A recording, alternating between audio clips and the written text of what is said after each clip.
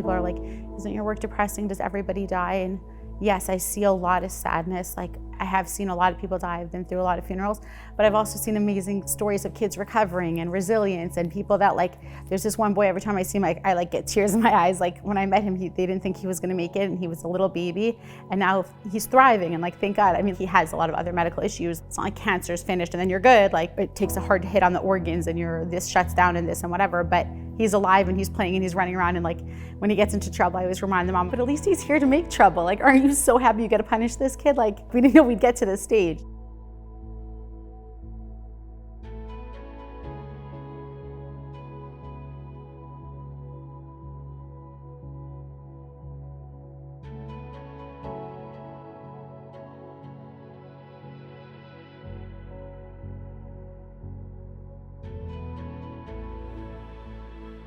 The most important concept, and it's really it's an unspoken tenet of Chai Lifeline Canada, is we take a very holistic approach. We don't just believe one person in a family might be sick and that person obviously needs a lot of support, but really the entire family is affected by that. And you could even take a step further out from that and say that the community or a child's classroom is affected by that. And Chai Lifeline really steps up in that way that no other organization I've seen really gets that involved. It's not like Make-A-Wish and we'll see you later. It's snowing outside and we have no way of arranging my kids to get to school today because I have to run to take my other child to the hospital. Well, let's help with that. Oh, you're down at the hospital? What's your family doing for dinner the rest of the week? How are we going to arrange that? And it's really the day-to-day living assistance that teaches that resilience to families and really helps them through what is definitely the hardest time in their life.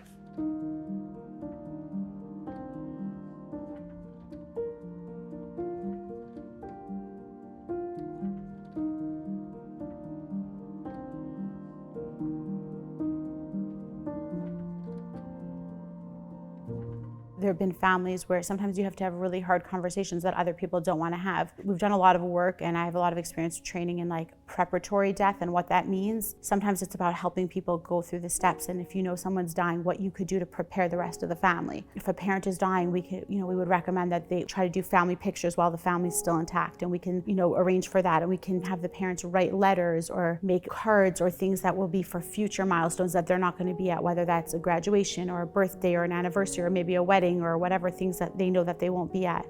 These are types of things that people don't often, if you're not in that world, you would never think, and then afterwards there's no going back to leave voice notes and to leave videos. The voice and the pictures, these are things you can't get back once a person's gone. One of my favorite parts of the job is going down to the hospital and visiting those kids. They're in the worst place in the world. Nobody wants to be stuck in a hospital room. They're in pain.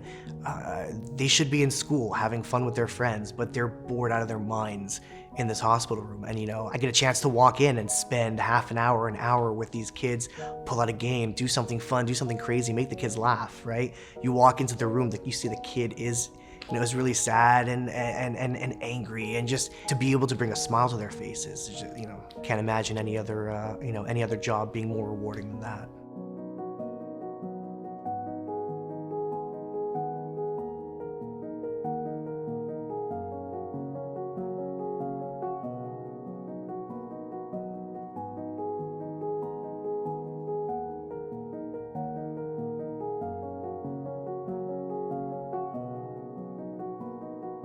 Considering Chai Lifeline is literally present in people's lives for life. We don't go away until they tell us they want us to go away.